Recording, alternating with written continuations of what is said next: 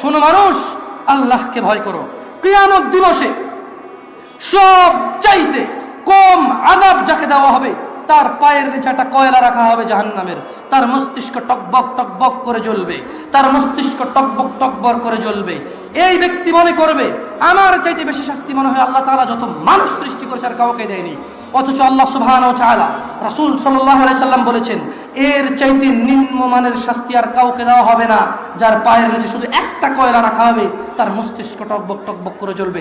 আল্লাহ সুবহানাহু ওয়া তাআলা বলেন, ইউবাসসিরুনহুম, ও মুহাম্মদ সাল্লাল্লাহু আলাইহি সাল্লাম আপনি দেখবেন অপরাধীরা যারা ঘুষ নিয়ে ব্যস্ত, সুদ নিয়ে ব্যস্ত, জিনা নিয়ে ব্যস্ত, মদ নিয়ে ব্যস্ত, জুয়া নিয়ে ব্যস্ত, মিথ্যা নিয়ে ব্যস্ত, আযানকে পরোয়া করে না, সালাতকে পরোয়া করে না, বেনামাজি হওয়াকে কুফরি মনে করে না, ইউবাসসিরুনহুম আপনি দেখবেন ইয়াওয়াদুল মুজরিম, এই অপরাধীগুলো লাউ ইফতাদি মিন আযাবি ইয়াউমিযিন বিবানি, তারা আল্লাহকে বলবে, ইয়া আল্লাহ, ইয়া আল্লাহ এই ছেলেকে নিয়ে নেন, ইয়া আল্লাহ এই ছেলেকে জাহান্নামে দিয়ে দেন, আমার মুক্তিপণ হিসেবে আমি ছেলেকে দিয়ে দিলাম, আমাকে আজকে আপনি জাহান্নামের আগুন থেকে বাঁচিয়ে দেন।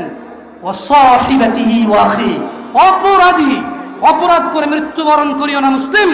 এজন্য আমি বক্তব্যের শুরুতে বলেছিলাম, ওয়ালা তামুতুন্না ইল্লা ওয়া আনতুম মুসলিমুন, মুসলমান হওয়া ছাড়া মরিও না, খবরদার মুসলমান হওয়া ছাড়া মরিও না। মুসলমান হওয়া ছাড়া মরলে বড় বিপদ আছে, মুসলমান হওয়া ছাড়া মরলে বড় বিপদ আছে।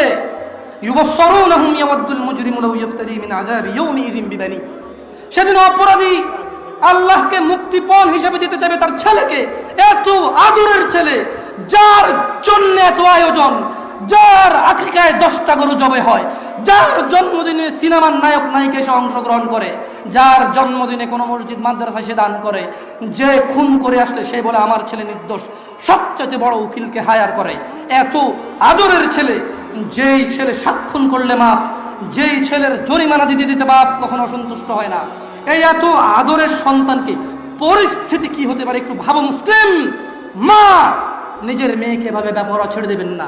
আপনি বাবা, আপনাকে বলছি ভাইয়া, চাচা, যদি খালি অপরাধী হয় মরো, তবে শোনো সূরা মাআরিজে আল্লাহ বলছেন, অপরাধী সেদিন তার মুক্তিপণ হিসেবে দিতে চাইবে তার ছেলেকে, ও সাহিবাতিহি ওয়া আখি, তার স্ত্রী তার ভাইকে, ও ফাসিলাতিহি আল্লাতী তুই, তার জ্ঞাতি গোষ্ঠী যারা ওকে আশ্রয় দিত, ওয়ামান ফিল আরদি জামিয়া সুম্মা ইউনজি, যখন হবে না আল্লাহ বলবে ছেলে লাগবে না, তুই অপরাধী, তোকে লাগবে।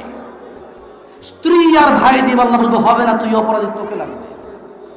জ্ঞাতি গোষ্ঠী যারা অন্যায় করলে আশ্রয় দিত, আরে যা বেটা কইরাল আমি আছে, এই বেটা আমি আছি না, তুই যা, এই লোকগুলা এগুলাকে দিয়ে দিবে, আল্লাহদেরকে নিয়ে যাও, এরা আমাকে আশ্রয় দিত অন্যায় করলে, আল্লাহ বলবে যে না, তোকে লাগবে। ও বলবে ওমান ফিল আরদি জামিআ, অতঃপর সে বলবে ইয়া আল্লাহ, জমিন আর জমিনে যা কিছু আছে, সুম্মা ইউনজি, জমিনটা পুরো এই পৃথিবীতে যা আছে সব নিয়ে নেন, সুম্মা ইউনজি, অতঃপর আমাকে নাজাত দিয়ে দেন। যেই রব আহ্বান করে বলে, রাতের 1/3 যখন থাকে, যে দয়ালু রব আহ্বান করে বলে, এই দিনের অপরাধীরা আসো রবের কাছে ক্ষমা চাও, ক্ষমা করে দেব। সুস্থ হতে চাও, চাও, সুস্থ করে দেব। জান্নাত চাও, চাও, দিয়ে দেব। এত দয়ালু রব, যিনি বলে বান্দা তুমি জমিন থেকে আকাশ পর্যন্ত গুনাহ নিয়ে আসো, আমি রব জমিন থেকে আকাশ পর্যন্ত দয়া নিয়ে আসবো, আমার সাথে শিরিক করো না। এত দয়ালু রব